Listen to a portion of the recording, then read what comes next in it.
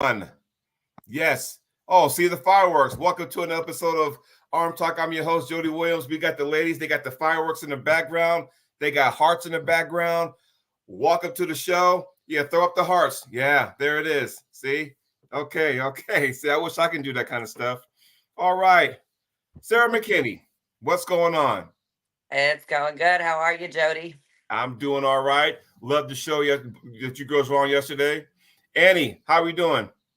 Doing fair. You? Hey, I can't complain. You ever find it hard where you got these tournaments that come and go, and it's like, oh man, I want to be there so bad, but you got something else down the road. You ever get to that point? Like what? Go ahead, go Sarah. No, I saying 100%. Like you want to be at all these other events, but you got something really big planned that you kind of just gotta be quiet about and take your time and train for, and gotta miss out on other things. Yes, it sucks, and there you go. Elizabeth Mosaic in the house. Elizabeth, welcome in the chat. All right. So, do you want to put a bow tie on the topics you girls were talking about last night, or do we kind of beat that to death about arm breaks and things like that? Because we can go a different direction. Because we go different. I don't want to talk about that. No, because there was a moment where y'all didn't want to talk about no more arm breaks, so let's not do that. All right. Sarah's at her level. See, mine won't do that. Okay, what Steve? Come on. That I can't. They won't work for me. But anyway, so yeah. May 17th. Okay, so it's a big day, big weekend, mind you. And LeRae Jenkins has taken it upon himself to put a lot of you girls on the center stage. And I'm doing my due diligence to just sit there and kind of help promote this thing. So even though I can't be there in person, what I can do is sit there and try to have as many girls as I can with everyone's schedule kind of doing that on the show. So May 17th, a big one. Now, is that a 2-day event or is that just a 1 day? It's 2 days. So the 155 plus class is going to do their round robin Friday night. And then the 154 class is going to do the round robin on Saturday, followed by the tournament. So you two girls are slated for Saturday, right? Correct. Are you going to pull the tournament too? I haven't decided. I'm not. Because since we're talking about the 154 class, and this is probably the only time ever I could talk about a girl's weight or weight class without nobody getting mad, right? So 154 class, you two girls are in it. So who else is in that round robin? Got Aaron, we got Danielle, Ursula, Candy. Yeah, I think Passmore's in there too, right? Yeah, Candy, Bethany Ritchie, Kimberly.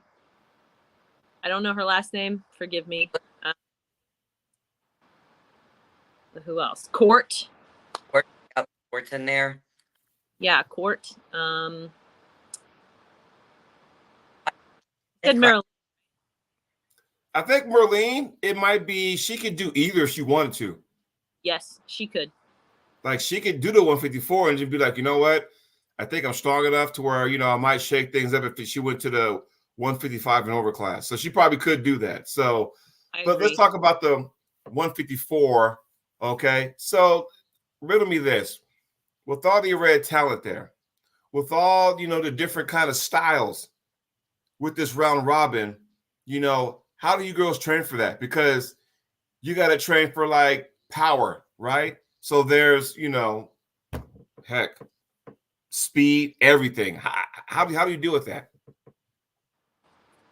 So for me, this is the first time entering and going to be pulling that many girls. So my main focus has really been trying to get my endurance up to be able to be in the round robins and make sure my arms don't just completely blow out my first match. Because normally with women, you pull 1 or 2 girls, maybe you have 4 or 5 there, but nothing where you're going to pull 11 girls. So right. That's main focus, and trying to make sure my arms are healthy for that day.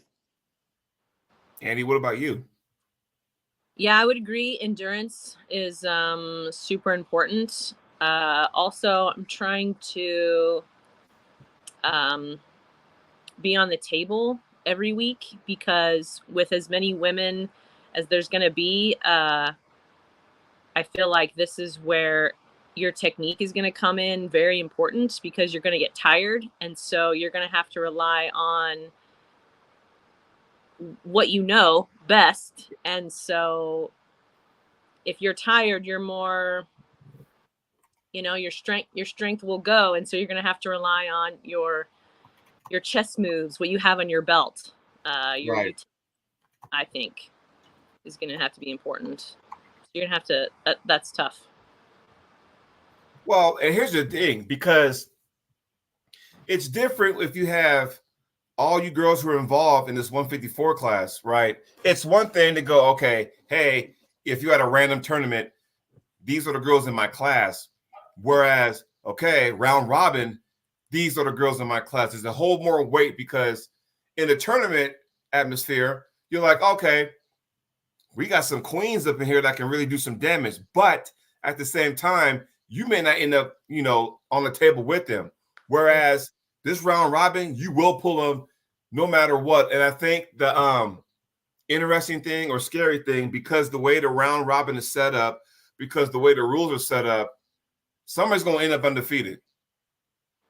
And then someone's going to end up winless. And then whoever's, after that, anything in the middle, let the pieces fall where they may. Does that do anything to your psyche by chance?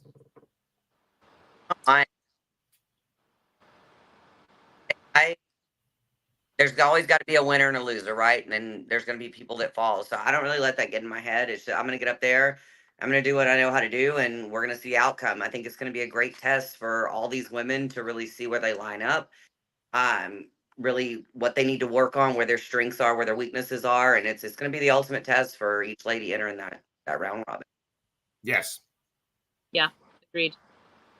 Because, from a guy standpoint, because some guys are like this, they go to round robin, they're like, oh man, if I can get just one win, I don't want to go winless. I'm like, okay, but they like to look at the glass half empty. And I've said that before too, like where I'm like, when I went to Corey's event and it's the 64 man, I'm like, okay, it's 64 dudes in there. It's like, man, there is no real quote unquote favorite, but let's just see what happens.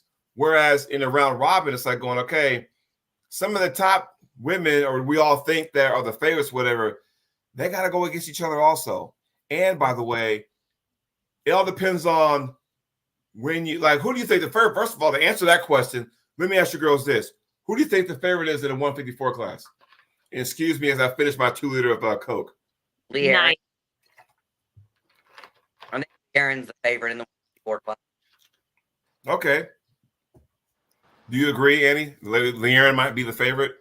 I think so, or Marilyn. Okay. I think either one. Yes.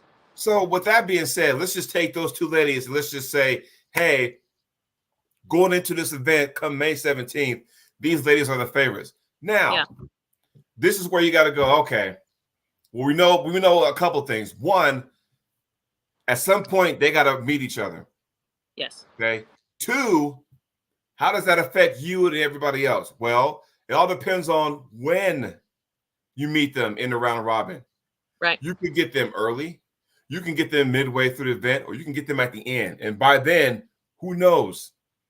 Mm-hmm. They may be gassed out. You may be gassed out. Or, heck, the second round, let's just say, wouldn't it be funny that if Merlene and Le'Aaron get into it first round? You're like, oh, okay, well, guess what? Because they're so dominant, if those two have a barn burner, a grinder in round 1, then that might even the playing field for the rest of the ladies going through the tournament. Do you agree or not? I 100% agree. Because I'm going to be watching going, all right, y'all two burn each other out. Keep going. Yeah. And Candy's in the house. What's up, Candy? How you doing? She's in the chat. So that's my other co-host, Mr. Nathan. All right, he's in the chat. So and like when I was getting ready for that 64-man series, For me, and it was weird because we had a group chat. I don't know if y'all girls got one, but we had a group chat, and it was like, okay, yeah, I don't know if you girls do this, but guys, they started posting videos of their workouts, like hey, I'm lifting this and I'm pronating that and this, that, and the other, and it's like going impressive. Yeah. However, is that really going to pay dividends when the tournament happens? Because it's like, okay, but like Sarah said, hey, conditioning, right? Okay, here we go. It's conditioning. And my approach to that event was that I'm not going to worry about trying to be the strongest, because if I get blown up the first match, I might be screwed the rest of the time. Do you think that has any dividends as far as strategy for you girls? And that's what, 12 ladies in your class? Is it 12? 12 ladies. Okay, so it's 12. So it's like, man, what do you think? What do you think? I think we're going to be smart on the table. Know when to fight, when not to fight. Like it's all in, and you get a bad setup. There's no, if you're in first round and I got a bad setup and I'm out to here, right? And I'm going to sit there and work and fight my entire way back to win that one match. Well, now I burn myself out for the rest. Mm-hmm. Trying to strategize it perfectly and not just be able to make it to the end. Right. Well, we have a comment. Mm-hmm. Mr. Nathan, Texas's own Nathan, says, well, it's also about being smart. You may have to lay one down to keep yourself fresh in the later rounds. And while he's right, I've only done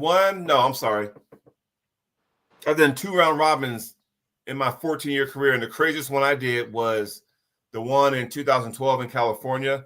And you might know, because Sophie was living in Oregon at the time, and she came with us, actually. Okay. It was in Redding, California, and it was like 18 dudes. So that's a lot. Yeah, picture that. So it was like, okay, it was a crazy tournament that Bill Collins put on, and it was in Redding, California. It was like, okay, what Nathan is saying is true, but 2012, I was still young in the sport, still relatively new.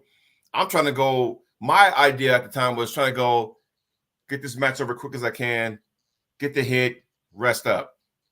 Yeah. And, knowing what I know now and what Sarah just said, hey, if I get a bad setup, okay, fine. If I lay down, I'm not going to pull you and wear myself out in a bad position, and I just lay down and take an L. Guess what? I'm still fresh, and there's no injuries. I'm not blown up, whatever the case may be. That does make sense. Agreed? 100%. Yeah. So, USS Liberty says, we'll love to hear the ladies' thoughts on the match. I'm assuming they're talking about Levon. I'm assuming they're talking about Devin Larratt. Yeah, I'm assuming that, right? Yes. So before we get back to that, let's go ahead and take a quick break and say, hey, are y'all going to be watching the match next Saturday? I mean, I think the whole world's going to be watching it, but yes, are you girls going to be watching the match next Saturday? Devin and Levon? Yes. You said that like, who are they? Just the way you said that. I'm sorry. Just the way you said that, Devin and Levon. Yeah, I know. No, I probably won't watch it. Probably not. I bought the pay-per-views, so depending on when my son's soccer game is, I may have to go back and watch it, but I do plan on buying it again and supporting the event. Well, I'll tell you this, and for everybody in the chat watching, I'm going to say this one time. Levon and Devin, their match itself, just themselves, probably going to be at least 45 minutes. That I'm going to put out there. So I could be wrong, but just because those two guys and the build-up, they're going to stretch that bad boy like 45 minutes. So that's awesome. That. Yeah. Now, quick question. Yeah. June 1st, where are you two girls going to be? Oh, man. So I think you know where I'm going with this. Yes. That depends on some family stuff. Mm-hmm. It depends for me. Right. I was on attending. It's going to put me traveling 3 weekends in a row because I've got the round robin, and then I've got our Southern qualifier for Texas Arm Wrestling League, and then I'll have Arizona State. So I was planning on trying to, work that out, make sure I can travel 3 weekends in a row. And then they posted those girls coming in there, the Fab Four, and I was like, Woo! If there was any time or any opportunity to prove yourself, that day would be it. I would agree. When you got 4 of the top Swedes coming, oh man. Think about that. Thea Isaac, right? Sarah Bachman. Yeah. You got Victoria Carlson. Yep. You got Caroline. I'm telling you, if there was any time you want to prove yourself and go, hey, where do I stand? That would be the tournament to go to. However, we all know life gets in the way. You got to take care of what's in front of you first before you look beyond that, right? absolutely. Yeah. Yes. 15 people in the chat. Thank you for joining me on this Sunday. Hey, don't forget to hit the like button. And as Elizabeth says, y'all better not lay down. By the way, that's from her to y'all. Don't be laying down. Okay.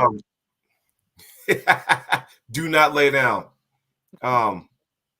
Now, here's the thing. East First West Finals, okay? Because I had Elizabeth on the show last week, and we talked about her schedule coming up. We talked about, hey, I'm going to go ahead and focus on East First West Finals. And I know sometimes, I don't know about you ladies, but sometimes I like to plan stuff ahead. So, and sometimes it's kind of hard to plan stuff ahead. So with family, with life, work, whatever the case may be, how hard is it to kind of plan things out months in advance for you too? Annie, you can go first on this one. It's super hard. With the year and a half, last 2 years that I've had, there have been some events that I've wanted to go to and planned to go to and trained real hard to go to, and then I don't go. So the first one was in Utah back, was that November, right, Sarah? You cut out. The Brezink Cup. Yes, the Brezink Cup. Yeah. I wanted to go there, but family, and then all of last year, didn't do anything last year, and I had wanted to go. And Sarah had her all ladies event that I had planned to go to, but didn't make that either. So it's super difficult to even plan that you're gonna go, and then the weekend of or the week before something happens and you can't. So it's very difficult, especially now being a single parent, which I'm sure a lot of women understand. That's really hard. So it's super hard to plan out any type of event, really. Right. You're rightfully so. Sarah, what about you? I've been that I've actually got to make plans and haven't so much had to cancel, but in the past it was a lot more difficult. I was in school, working full time, not really taking everything serious, so I just didn't actually want to make plans to go to the event, right? Mm-hmm.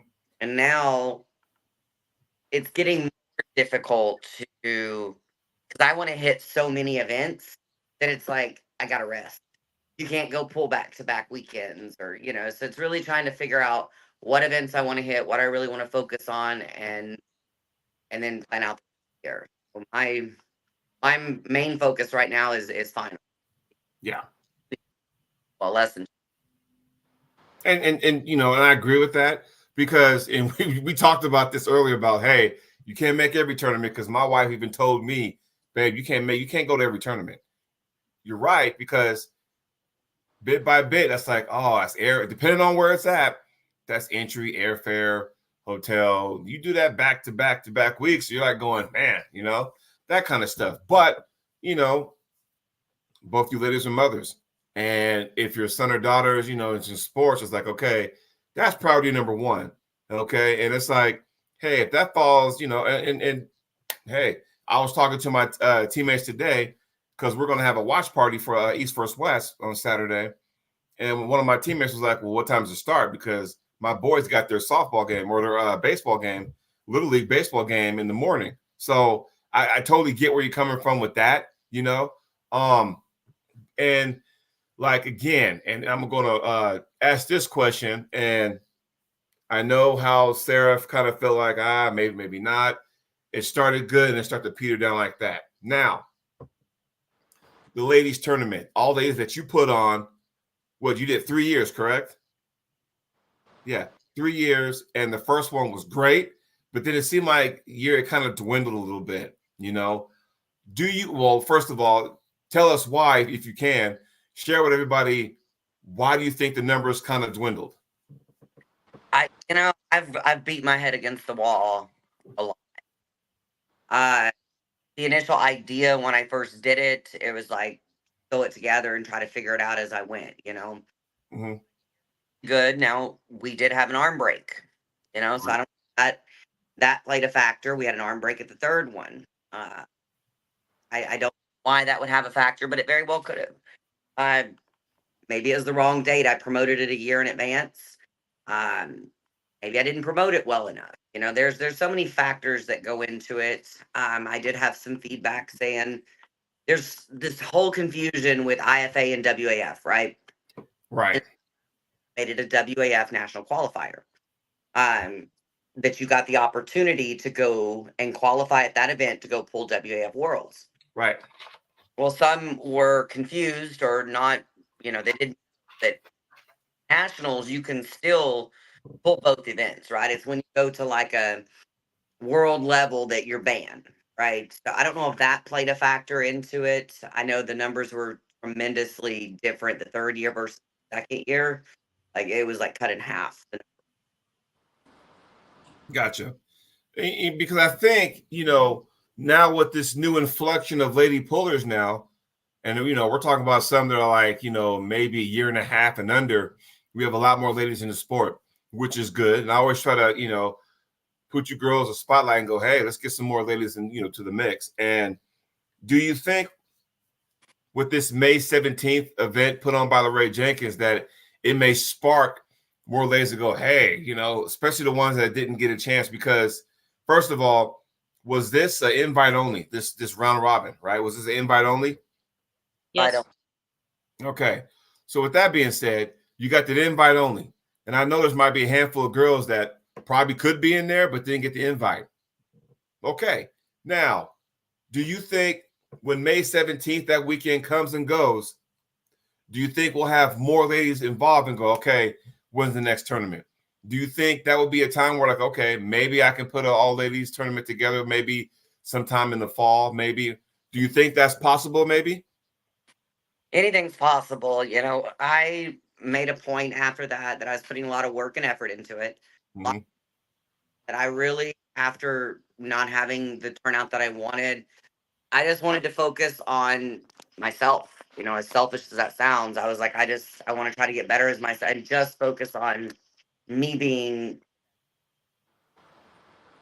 that game plan the rest of this year. We had talks about bringing it back, but I also got to look at the people that were helping with that, the sponsors that donated and, had expectations, and then it wasn't what I thought.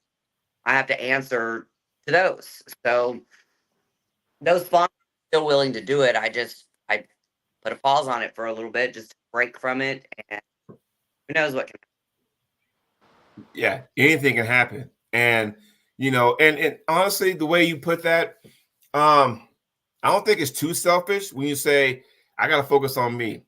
Now, you said earlier that, hey, you know what? I mean, I got stuff planned out for me. You got the Texas, would you say the South region? Is that what it was? Yeah. Or the Southern qualifier for Texas Arm Wrestling League. Right. The Southern qualifier. Are you planning on going to the East-West finals? Yes. So you have that, right? So take this. This is where Ainne ties into this, right? So where you're at now, You've been to the big shows. You've been to the East versus West finals last year. You won, qualified, got your spot. You end up going to, king of the table at a high level. Well, Annie's been there, done that, because Annie was where you were some years back when she was going to the Arnold every year. She was going to nationals and qualify for worlds. I think there was a big tournament in Canada where it was like Team USA versus Team Canada. Annie knows what I'm talking about. I can't remember who put that on, but you know what I'm talking about, right? Yeah, Mark Zalepa did it. Yes, he put that on. So, Annie has been there where you're going now. So to a certain degree, you girls got, kind of like the same thing, because it's like, hey, I've built my way up to where I've got on the bigger shows and competed, Annie did that. Sarah's doing that now. There's some other ladies, some are in the chat now watching, some are probably not watching, but they've done that. They've earned their way up and earned that spot over there with hard work and stuff. So I don't think it's really a fact of I got to be selfish. I think it's more of, okay, what are my goals in this sport? What path do I want to take? Because let's be honest, arm wrestling then, when Annie was, off top of her game compared to where it is now, is a lot different. Annie, do you agree? I agree. Explain your version of it. Oh, man. Okay, so the question is, how is arm wrestling different for women when back in the day when I was doing it to now? Correct. Okay. Different. Okay, so I feel when I first started that there was no sense of women's community or welcoming, or let's welcome the new pullers, or let's teach them how to do things, or let's help them figure out what promoters to talk to or what not promoters to talk to, or any of that. There was none of that. I felt none of that. Right. I feel now, at least, I feel that the women are more supportive of women. I feel that is very, very different. I feel that the type of pullers are very different than what they used to be. I feel that when I first started, it felt like everyone was, or at least the women that I pulled, were more, the ones who were more active, were more technical, goal oriented rather than strength oriented. Right. And I feel that now, which is it's not bad, but I feel that now it's more strength oriented pullers. Like it's more geared towards the stronger you are, the better you are, which is good. But I feel that they've lost a little bit of the technique side of it. Not that they're not technical pullers, but I feel it's more focused to me. Yeah. That's what I've noticed. And I've also noticed that there's a lot more social media and more posting and more of that. And that helps with popularity and who you get picked by and who the promoters see. And that's huge too, because we did post on social media, like it was a thing, but that didn't get your name out there. Going to the tournaments, that got your name out there. Seeing the awards, like seeing who placed, where you placed them. I mean, that word of mouth traveled, I felt, was bigger when I started rather than now on social media. So to me, that's the biggest part. Oh, I would agree. I mean, and let's be real, for everyone in the chat,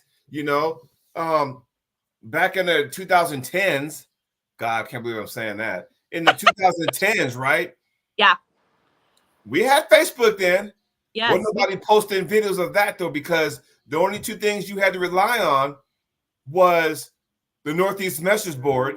Yes. You post stuff up on there. I forgot about that. Oh yeah, we come from that era. The Northeast message board. Yes. And then Gary Roberts was around. Yes. He was the only person, doing that kind of stuff. So you knew if Gary Roberts was coming to your event, yes, that's when it's like, okay, now I gotta bring my A game, because Gary's gonna be filming. When that tournament's all said and done, first of all, everybody's rushing to the message board on that Monday at the latest, if not Sunday, to see the results.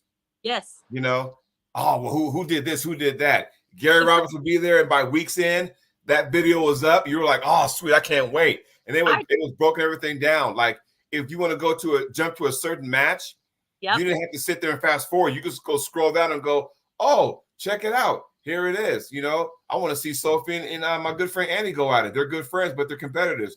Yeah. Click on that, it'll go right to the match. And that was good, you know. Yeah, I think now we live in an era where social media is keen, and there's good things and bad things about that, right? Right. It's a double-edged. Is this an emoji? Does that do anything? No? Okay. Yeah, you can get rain. See, there's that. Annie she got hearts. It'll pop up, you know. This was giving fireworks. That would do rain. So, then you got the confetti. So, you know, I think with social media now, it's a good and bad thing, right? Because now the good thing about social media, you get more exposure, right?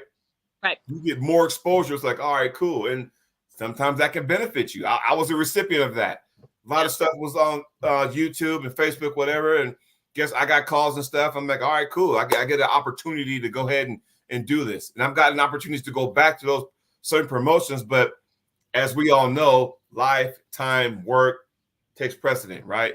This didn't line up. But also, I think there's more women involved now than there was when you were pulling at the height. Do you agree, Annie? So the thing with that, if there were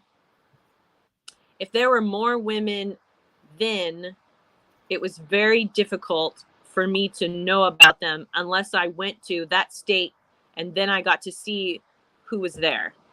So now I know that there's more women because I can see on social media that there's more women. So like the first ladies event I went to, and I met Jolene Anderson.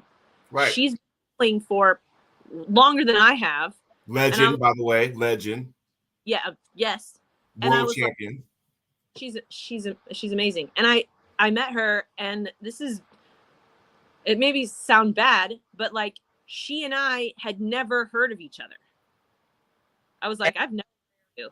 I'm like, not to be a dick. And she was like, oh yeah, same, you know? And so like, we'd been pulling the same time, but like neither one of us knew the other. And that was because, I mean, there was, like I said, it was word of mouth or whatever, or she and I weren't in the same weight class, or she was pulling on this side and I was pulling over here, or she did. So I don't necessarily know if there were more ladies, but we're definitely more aware of more women pulling now than there was then. Do you agree, Sarah? Absolutely. Because it seems like maybe then, because I can speak more about then when I got into it. It seemed like unless it was a huge event like the Arnold Nationals or WAF Worlds, right, a lot of ladies stayed in their own region. Yes. So if, Jolene, who's out of Utah, kind of stayed pretty much there. I mean, you're going to see her at the Brazilian Cup because she lives in Utah. You're in Oklahoma, Sarah's in Texas. And so at least then it was more of, I kind of hang out my own region. But when it came time for like the big, tournaments like Nationals or whatever, the Arnold, well, you go for, first of all, the Arnold, you have to go qualify for that. First of all, there was that. Yes. But, until you did that, it was like, okay, I'm going to just hang out here and do what I do. I think nowadays, and this is where Sarah comes in, there's more opportunities because there's more organizations that you can showcase your skills. Sarah, do you agree, yes or no? Absolutely, I agree. And tell me your experiences with that in comparison. So when did you start pulling, first of all? Lord. I've been pulling since I was a kid, but my first, open event was when I was 16, Texas State. Mm-hmm. I think it was like 2004. 2004. And I went there. My mother pulled the lightweight class. I don't remember what the weight classes were, but I pulled the class above. I won Texas State. My mom took second. Miss Ainne was pulling back wood. She was pulling in, and she won the lightweight. So me being the 16-year-old little cocky person that I was like, we're gonna pull each other. And yes, she humbled me real quick. That's when I learned there was a big difference. So yeah, that was fun. After that, I just, I didn't really do much arm wrestling. I'd hit tournaments here and there after that, but I really come back in 2020 and really started taking it serious in 2020 and training for it. Okay. So here's a wild card question. Now, and everybody in the chat, feel free. I know you guys are watching, and I appreciate that. The girls appreciate that. Throw some questions out there too. Now, Sarah, you've gone to the pinnacle. I mean, when you hit king of the table, that's pretty much, the cream of the crop, right? But there's also big events that you probably haven't gone yet. Is there one or maybe two events you would really like to go to just to say, I want to know where I stand at? Is there a useful and be a part of that event? What event might that be? I want to go to WAF Worlds. Okay, there you go. WAF Worlds. I'm not going to get into the issues with those. I don't want to get into that right now because that ain't the topic. And just I don't even want to talk. Just like you don't want to talk about arm breaks, I don't want to talk about that. No. That's another day. Really want to put on my schedule and plan to get to go see where I line up. With. I get that. Ainne, Yeah. you now, you've been to WAF Worlds before, so you know how that goes. You could tell Sarah how that goes because when you went, what year did you go to Worlds? 13, I think. 2013? Okay, Yeah. so I think 2012 was Brazil. 2013, that wasn't Budapest. What was that? Where'd you go? Poland. Now, Poland, okay? Yeah.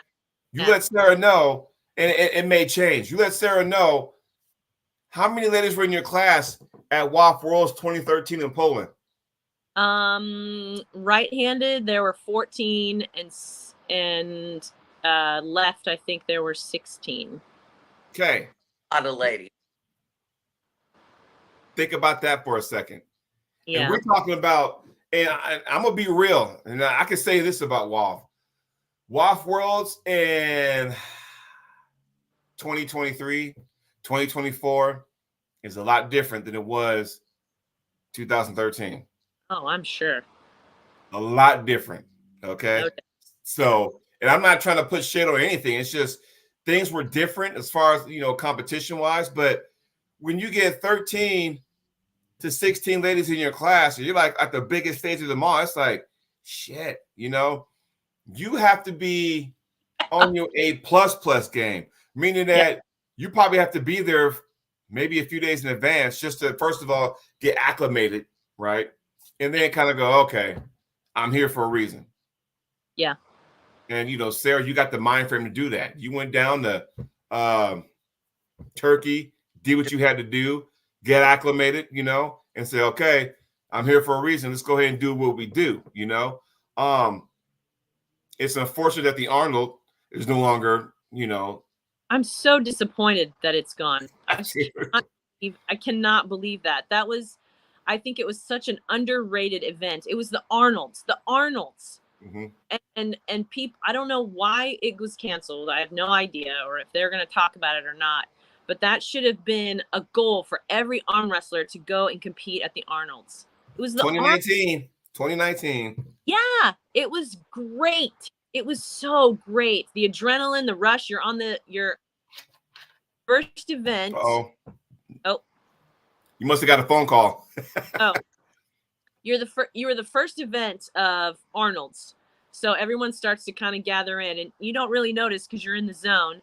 And then when you pull, you get on the stage, and when you just for a second you look, and people are shoulder to shoulder, and they're watching you, and it's just insane. And then you're like, oh God, people are watching. Like, it's the biggest crowd you've ever seen in your life. Oops, Sarah. Yeah. What? Yeah, I got a phone call. See? You know what? You tell them people you are live on ArmTalk with Chocolate Thunder. You ain't got time to be calling nobody interrupting the show. You tell them that. Tell them I said that. Yes, the Arnold. And, you know, I can speak about it because I went. I only went 1 year, but the year I went, 2019, you know, when you go to a, you know, I'm not in, let's be real, Columbus, Ohio is not a big city, by the way. It's a college town because Ohio State's there, but it's not a big city. So the year I went, when you go to this, for a city that's not big, because I think, you know, Cincinnati and Cleveland are bigger, when you go there and this massive convention center that they have, you go in there and now I'm sitting up here in awe because I'm thinking, I see athletes I've seen on social media, but here we go again, social media, right?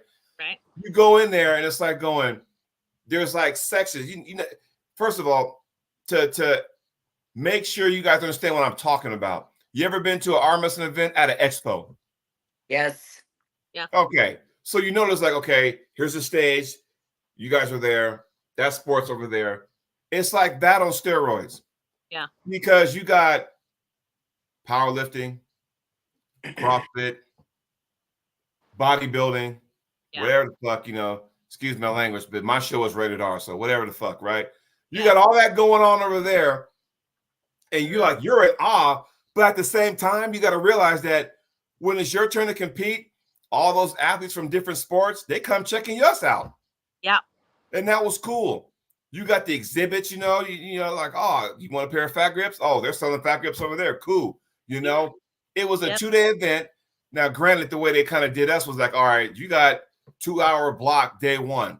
Do as much as you can in day one because, hey, we start at 9:30, wherever, you know, whatever, get the hell off at 11:30. You got to be off because we got to get something else going on. And then you got to pick up where you left off the next day. That's why it was a 2-day event. But I'm telling you, what made it that prestigious to me was the fact that if you won the Arnold, which I never got a chance to, when you won the Arnold, that was a lifetime where you could just show up anytime you want to. Yes. You didn't have to qualify again, ever again. You can just show up.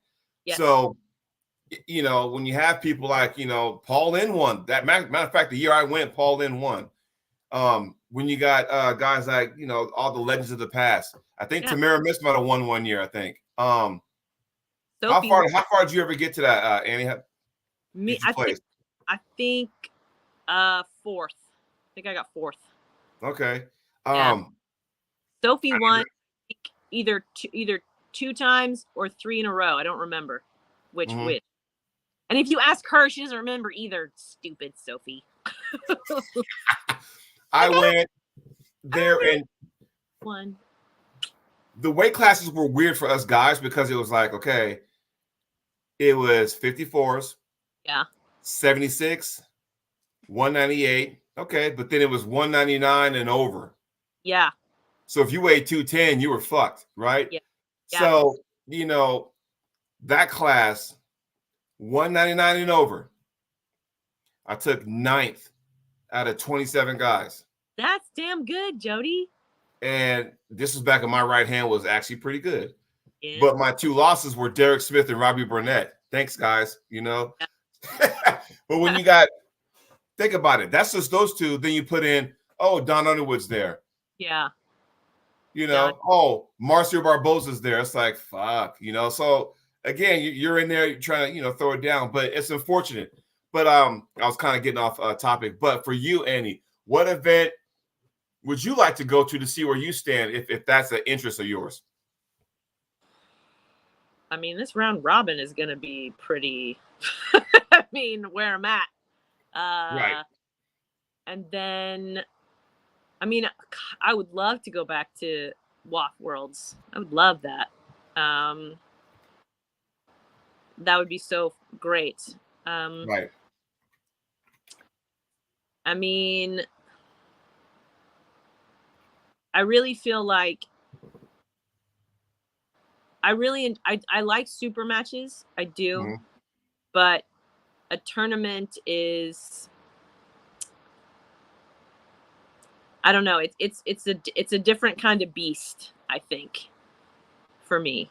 I've had a few super matches. And I've been to Arm Wars.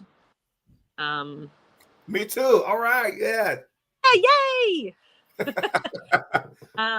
So those were, it was a great fun experience. But yeah, I think it would be more of a tournament style to show where I'm at rather than a super match show where I'm at. Does that make sense? For me personally. Right.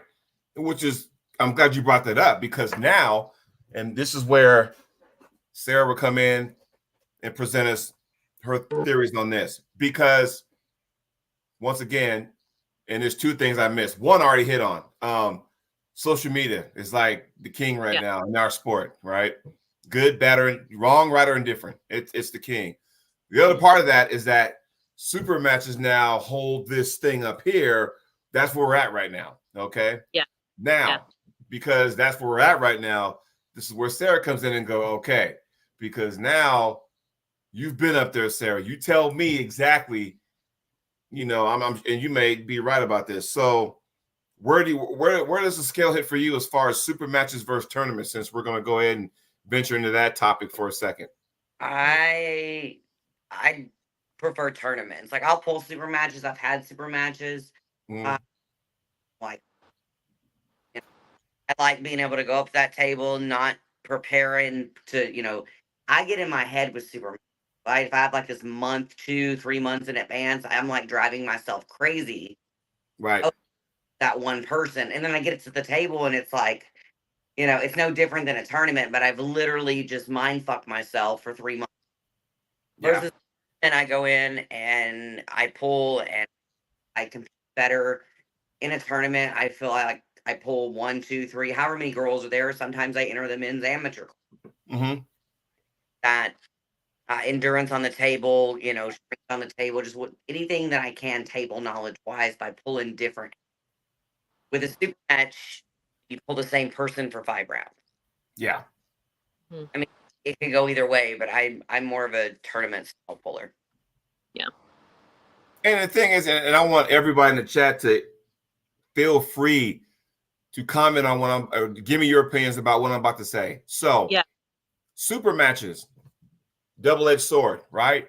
Because on one side of the coin, you know, the good thing about that is that you can focus on that one person the entire time of your training. Right. And, you know, if I mess up, I got another round to fix it. I can adjust. You know, tournaments you really can't adjust. It's like, okay, you fuck up, you fuck up. You know, that's probably the thrill of the adrenaline. Like, oh, it's about it's almost that adrenaline, like, oh, I got caught doing something bad. It's almost like, okay, I got caught doing now. Right. The real person's gonna come out, because now, okay, now I'm on the B side. I can't afford, and you're gonna fight like hell, right? And on the bad side of the coin of super matches, like Sarah, you know, like Sarah said, it's just one person. It's like, going, okay, your brain can go 3 different directions. Like, oh, I feel confident. Then all of a sudden, damn, I'm having second thoughts now, you know, about what I'm going to do.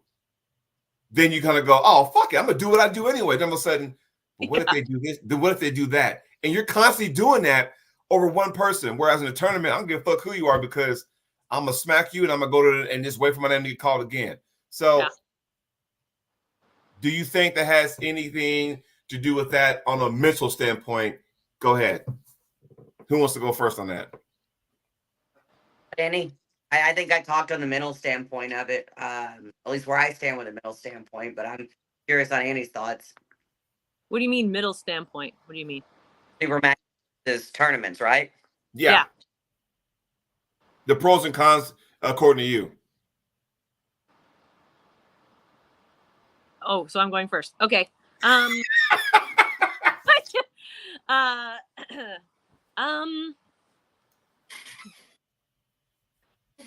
Well, it's a different. I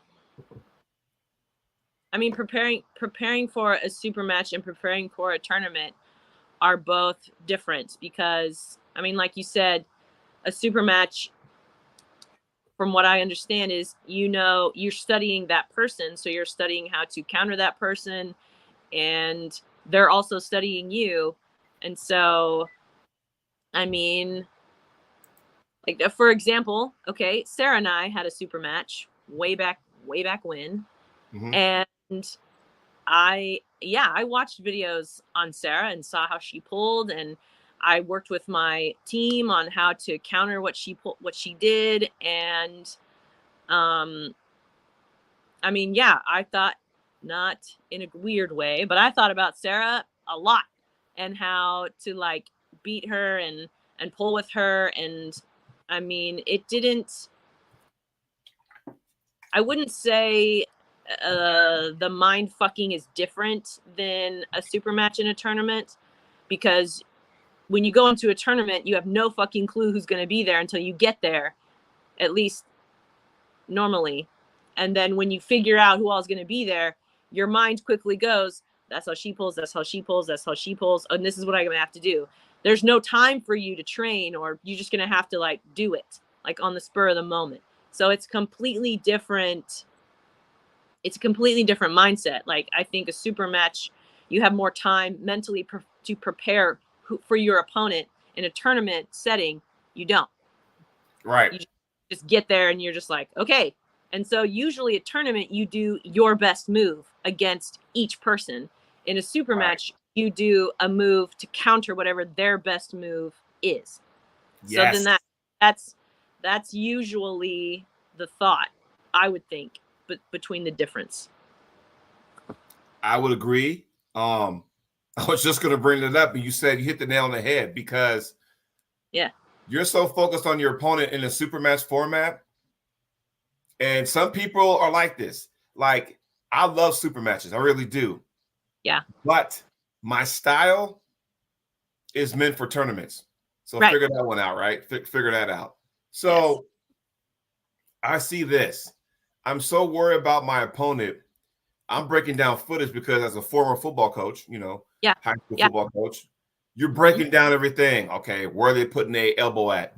Is there any kind of, do I see up pressure, down pressure, little side pressure here and there? Where is their elbow placement on the pad? There's so much you got to look at, and it's like, for me, being this sport, year number 14, it gets to a point you kind of go, damn, dude, you're so focused on your opponent and what they got to do and what you got to stop, that sometimes, and this is just me, I'm not talking about everybody else, but just me, that sometimes you got to go, okay, what happened to you? Like, what about your offense? Right. You're so worried about that person and what they do. How come it can't be the other way around? How come they can't be worried about what you do? Right. Because in the tournament aspect, your mind is different. Yeah. In the tournament aspect, your mind is super different. It's like, all right, I'm going to go ahead and get to my move. Good luck trying to stop it.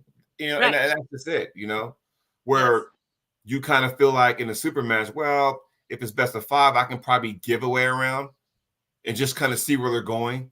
Sure. Because you have another one and maybe no one after that. So, and if you win one, you got even more after that. So that's just my take on that. So I think you hit it on the head when you brought that up. That's why I was kind of asking you, sure. Because let's be real with this, round robin coming up, that's what you're up against. Yes. It ain't just, hey, it's more than just the name. But it ain't just like, I mean, you could easily go and watch all the videos about, what's Leanne doing, what's Sarah doing, and oh my God, who can I stop? Right. Yeah. What if I get Danielle the first round? Oh man, then behind that, I get a grinder with Danielle and I got Bethany waiting on me or whatever the case. There's always something. And then you got Candy Passmore sitting up there licking her chops because you didn't got drugged through the grinder with those first 3 matches, and she's as fresh as a daisy. You never know, but that's what you girls are up against come May 17th. And yes, we all can sit there and talk about, oh, hey, I got to train cardio, which you do. Don't get me wrong, you do. But now this is where, okay, it's a chess match, because we're going to find out real quick, styles make matches. I know it's cliche to talk about in our sport, but styles make matches. Ain't too many times you're going to see people like Danielle Learen go outside. Ain't too many people are going to do that. Them is probably the first 2 people in that weight class that'll go inside, will gladly go inside. It's just With Danielle, she'll go in there with power and slowly drag you down. Where Leanne will come inside, but she'll come in and saw so fast. Do you have time to react? Do you have time to counter? You know? Right. But then you got the outside pullers. You know, then I don't know who's a good strap puller out of you ladies and that are you 12 ladies in the 154, but that may play a factor to it also. Yeah. What's your thoughts on all that? Go ahead, Sarah. I talked a lot. Styles make matches. Yes. What do you got? Styles definitely make matches, and you're gonna have to be able to feel the person that you're pulling and kind of know where they're going to go and see how you're going to be able to counter it. Straps are going to play a huge factor into it, whether you know how to pull in the strap, counter in the strap, and that ultimately I think is going to tell a lot with the match when you go on the straps. And not only that, but don't forget the 155 and over class will already have their stuff done Friday night. Yeah, that was Friday night for them. No, it's the other way around. The one. Oh, y'all go. Friday. We'll go first, and then the 155s will go Saturday. No. Oh, okay. So with that being said, then eyes will be on y'all because you're gonna have all the other girls watching y'all, hyping y'all up, you know, and you know it's like okay, cool, you know, that's cool, and you know it's kind of nervous because it's weird because. The one thing I never wanted to do in this sport, see, even Jocelyn, you know, 155s go Friday, she said. Yes. Oh, they do? Oh, we weigh in Friday so that we can rehydrate for Saturday. Okay. Oh, okay. Okay. And Jocelyn, don't you worry because I'm going to have you on the show sooner rather than later before this event happens. So JB. Yeah, see? And she's been killing it too. Like killing it. I'm telling you. So the ladies in that class, you know, look out, you know. Benching the 300s like nothing. Well, Sarah, she was at Winter Blast. You tell everybody what she was just you tell her what she was doing. That girl's hand, she's just solid. I had nothing for her. I absolutely hate the way she sets up, and she knows this. To me, and I'm like, I want to fight her on the table, but I'm like, I have nothing. Right. So I'm not gonna give none of her secrets away. Like I'm not gonna say nothing before the event. She's just they better have their boots tied for Jocelyn. I will say that. Well, everybody knows that. It's not a secret. Yeah, I mean, you know, I'm gonna grab you. I'm gonna go this way. That's it. You know, you can't get no more simple than that, right? Yeah. So, But I mean, the exciting part about all of this is that the one thing I never wanted to do, doesn't matter if I go to a local tournament, a big tournament, the one thing I didn't want to do is go first. Go. Yeah. Because I wanted a couple matches to go first before my name got called. I never want to be the first matchup. Never. Because it's like going, okay, I'm not even like quite ready yet. Because I like to kind of feel what's going on and how this is going to play out, you know. And the fact that, you know, if I went first, like hell. Because like the Arm Wars event I went to last year, at all the matches, I was the first one. I was like going, oh, well, shit. Okay, here we go. You know, I just never want to be the first person up. What about you two? Did you ever want to be the first one up to get out the way? You want to go, no, let a couple matches get going first, then I'll be ready to roll. How do y'all feel about that? In Dubai, I'd never been there. I'd never been on that stage. And I had to be the one to go first on everything. Like walk out, do all of that. And they're like, you got to do this. And I'm like, I don't even know. Let me see somebody else do it first because I don't want to mess up. So no, first, no. Yeah, you know. Annie, what do you think? Tournament wise, to me, when you were talking about how you wanted to go first, like, you know, you have the anxiety and you're nervous and you're pumped, but usually it doesn't matter. I can go first to go because normally you just have all of that adrenaline. And so it's got to go somewhere. So if I'm first, okay, here we go. Right. Yeah. I want to be calm, because if I'm sitting up here and I'm shaking, God forbid, we're in a rest grip, I'm sitting up here just fluttering, shaking. Yeah. I'm gonna miss the go, because I've been there. I'm gonna miss the go. That's just what it is. Because I'm not controlling myself. One last question before we wrap this thing up. Without giving away any secrets, because I'm gonna go to what Scott was saying. Strap game, because he says, like Travis Bajan says, always train and practice in the strap. You're gonna, therefore, you're not. So I'm thinking what Scott's saying, because more often times than not, when you get to those bigger events, 95% of the time end up in the strap anyway, right? So it's almost like, hey, I got to learn that strap game because it's going to end up there regardless. How do you guys think about that? What do you guys think about that? I think that the strap game is so different than what it was whenever I learned how to pull in the strap. Annie, so, it's because you and I came from an era where we have Velcro straps. Let's be real, okay? But yeah, so it's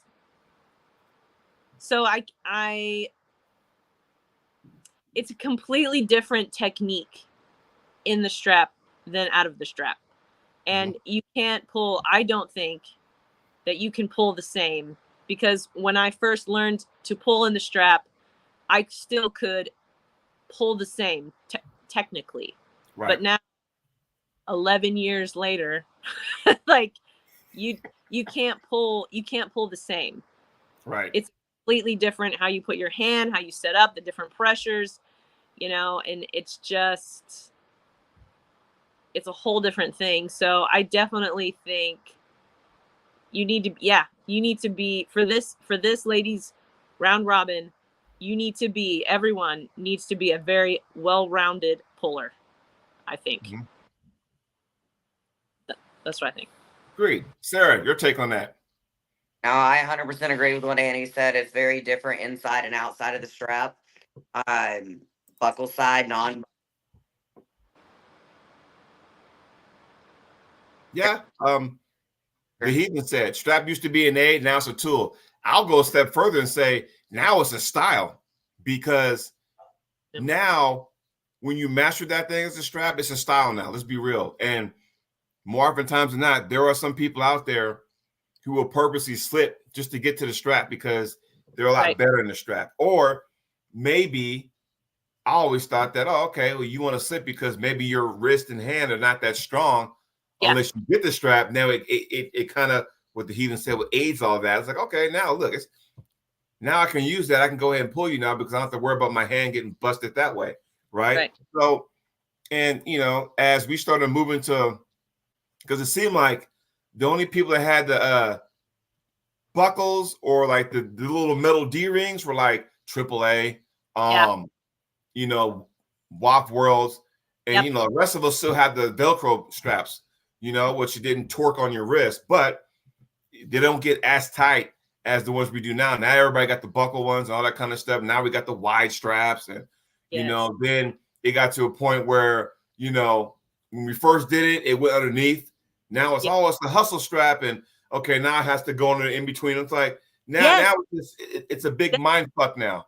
They didn't do that. They just would wrap it around, and then it didn't go through. And I remember when it went through, and I was like, "What are you doing?" They're like, "It goes through now." I'm like, "What the hell?" Yeah. Like, well, yes. Dang, we're old, Jody. Oh, I know. So, but it's just one thing. I think this is where we all need to evolve in the sport. Yeah. And I ain't talking about no goddamn fucking thumbtack match, but this is where we all need to, involve in it. We have to change with the times to a point, because hell, when the first time I pulled a strap match with a buckle, I was like, good Lord. I thought my hand was straight the entire time. And God forbid, now it's about where you put the strap at, where, hey, I want it coming this way. I don't know if y'all can see that. Yes. I don't want it coming here. I want it coming down that path path here. Not so much down by the knuckles. I don't know if y'all saw that, but you want it there now. Because it's like, if you're going to do that with the buckle on my side, get it off of this, because when the buckle ties this up, you can't do little to nothing. Have that sucker go down there, that way you have some kind of movement. And of course, you had to worry about okay, see this little wrist bone right here? I want it high enough, but not over here, but just underneath this wrist bone. Because if it slides any further up, it'll shut down anything you want to do, and that's that. So again, it's how you use it. Some people like to use their elbow as a pivot point. You know, I'll let the strap do the work. Plant it there, you hit. I'm gonna go like this, you know, and just use it as a pivot. Then once I got this pronate, then I'm fine to go that way. Anyway, it all depends on what you want to do. But I want to go ahead and wrap this up because we've been on here for 1 hour and 5 minutes, and it was awesome. I gotta get ready to get some dinner because I have to work graveyard tonight. So 10 p.m. to 6 a.m. Yes, I'm rolling like that. But I want to thank you two ladies for joining me on the show. I want to thank everybody in the chat, for joining me on the show with their comments and questions and stuff like that. So, ladies, thank you very much. Thank you, Jody. Jody. And one last time, emoji, whatever you want to do. There it is. There it is.